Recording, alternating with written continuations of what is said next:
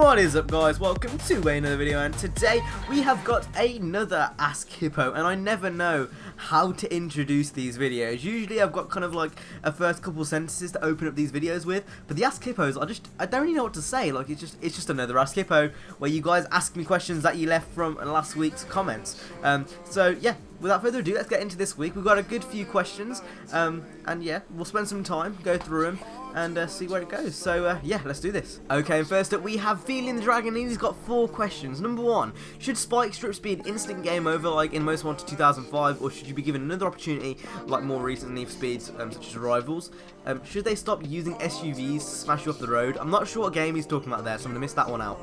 Number 3, how awesome is the See You Again Paul Walker tribute? Lol. And number 4, random bonus question, dragons. Number 1, do I think spike strips should be an instant game over? Yes, I do. I think in Rivals and Most Wanted 2012, they were they were used too much. And B, when they were used, it didn't feel like they actually had any. It wasn't scary, like, oh my god, there's a spike strip. If I really wanted to, I could probably break straight through that spike strip and not have any issues. So overall, honestly, I think it should go back to Most Wanted 2005. I feel like when a spike strip came up in 2005, you knew that shit was going down. That you know, you were at a high heat level, and that it just pertained more danger to it, and I think that kind of sense of danger is not really in the new Need for Speeds. So yeah, I'd love to see that feature come back. Number 2, again, I'm not quite sure what number 2 means, so I'm gonna leave that one out. And number 3, how awesome was the See You Again? Oh my god, I've talked about this so many times, and that's why I said lel. Like I've watched that, like I've just literally like cried so many times, I've watched it so many times, and I think that says it all really. It is amazing, absolutely amazing. And number 4, bonus question, dragons. No, hippos.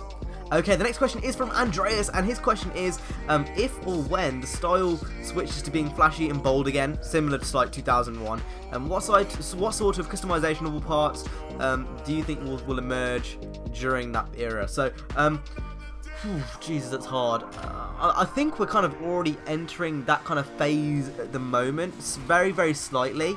Obviously, the huge Rocket Bunny kits are going to be something that people are going to want, and I think it is. We're slowly coming into that era now.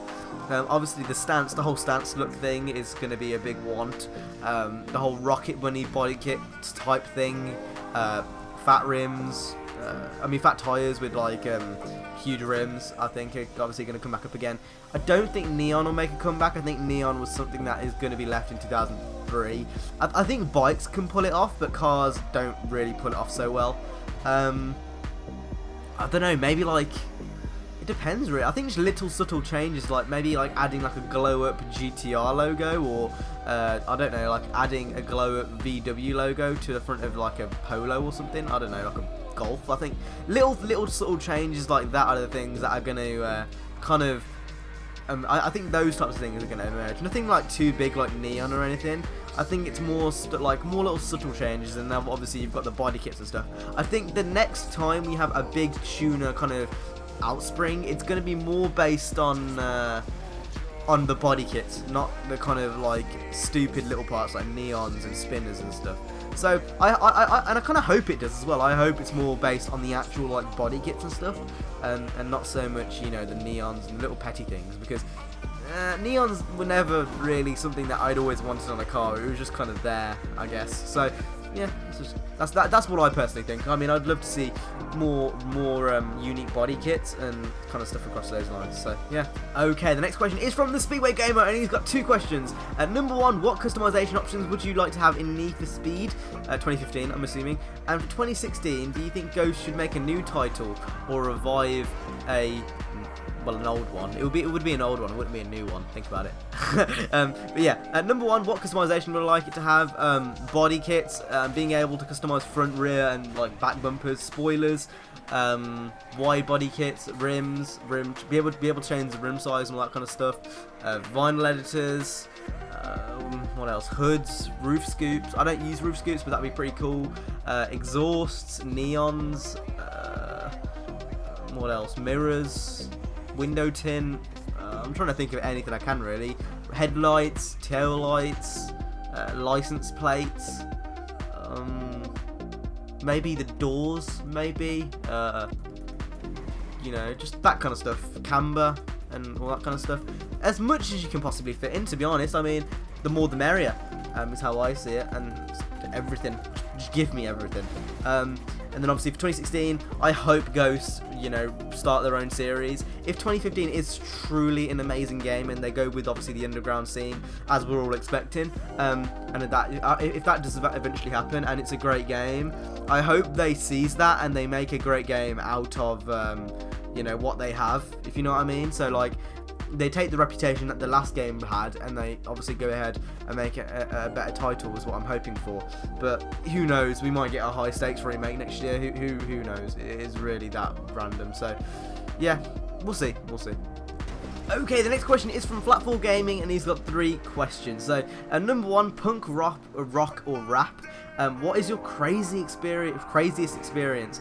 And would you rather be a pizza delivery man with a Fiat 500, or deliver cow manure in a Mini Cooper? That is such a weird question. So number 1, punk, rock, or rap. Every single day of the week it'd be rap. Rap's something that I've listened to since I was a little kid.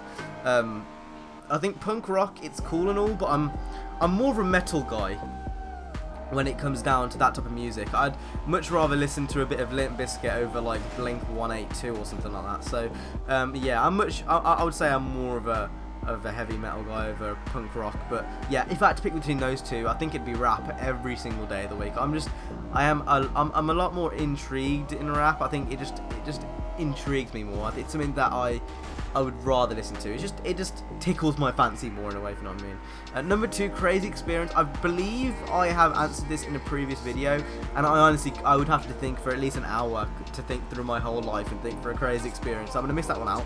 And number 3, would you rather be a pizza delivery man in a Fiat 500 or deliver cow manure in a Mini Cooper? Mini Cooper. I mean, as long as it didn't stink, then yeah, go for it, man. I think minis are actually quite nippy. That's something that people don't realise. Minis are actually quite fast. They're quite fast cars. So yeah, I'd go for the Mini.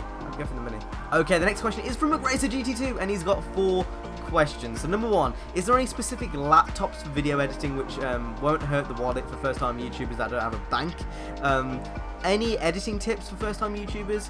And then number 3, having a quick 0 to 60 time or better top speed. I think you've already asked me this question. And number 4 is the exact same question as number 3, oddly enough. But yeah, we'll go around to the first question. Is there any specific laptops to look out for? Honestly, if you're going to go for video editing, don't invest in a laptop. That's a bad idea. Go for a desktop. Go for like a mountain computer, or you know, something across those lines. Don't invest in a laptop, because over time, you know, it will just gradually get worse, because the battery will just get worse, and it's not worth spending your time and money on. So if I was you, I'd definitely go ahead and you know, spend the money on a PC, as long as it's got a good amount of RAM and a good processor, and depending on obviously which software you use. A GPU also might help. I use Premiere Pro, so having a good GPU helps, because there's GPU acceleration. So yeah, I mean, just getting a good all-rounded mountain computer is my advice. A laptop simply won't really cut it unless you want to spend loads on a laptop. So yeah, that's my advice for like getting a PC to make YouTube videos on and stuff. Number 2, any editing tips? Not really. Just get used to the software that you're using. Try to start off on something like Premiere Pro, not Movie Maker. That's something that I fell into. Movie Maker left me with a really bad hole. I mean, some people can use Movie Maker. I'm pretty sure EK Drifter used Movie Maker up until like 40,000 subs or something like that. So, well, it's probably less than that, but something across those lines. So you can do it. It is just I would recommend you to use some professional software instead of, you know, going cheap and using Movie Maker. And then obviously, would I rather have a quick 0 to 60 time or a better top speed? It'd be a better 0 to 60 time, because you can use that more on roads, I think, is the explanation for that. So yeah.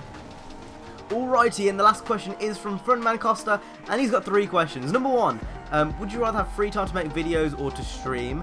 I have no clue what that second question is, so I'm just going to leave that out.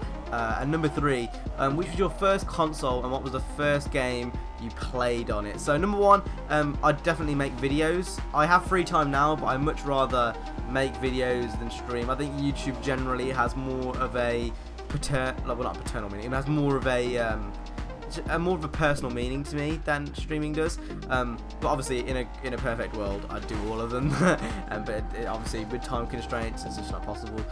So yeah, I definitely make video. I would definitely use videos, pick videos over Twitch. I definitely pick YouTube over Twitch.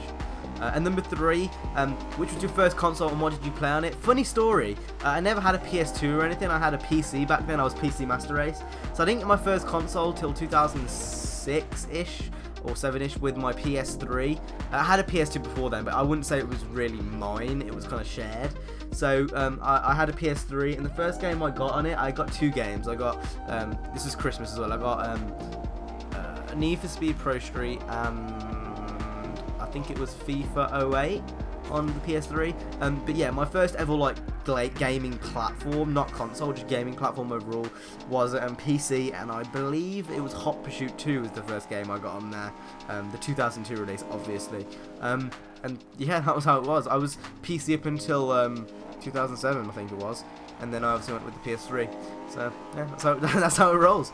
Hope you guys enjoyed this week's Ask Hippo. If you got this far, make sure to leave mangoes in the comment down below at some point, as well as asking a question obviously for next week, and I will see you in the next video. Don't forget to put mangoes so I know you got this far into the video, and yeah guys, I will see you in the next one. Peace.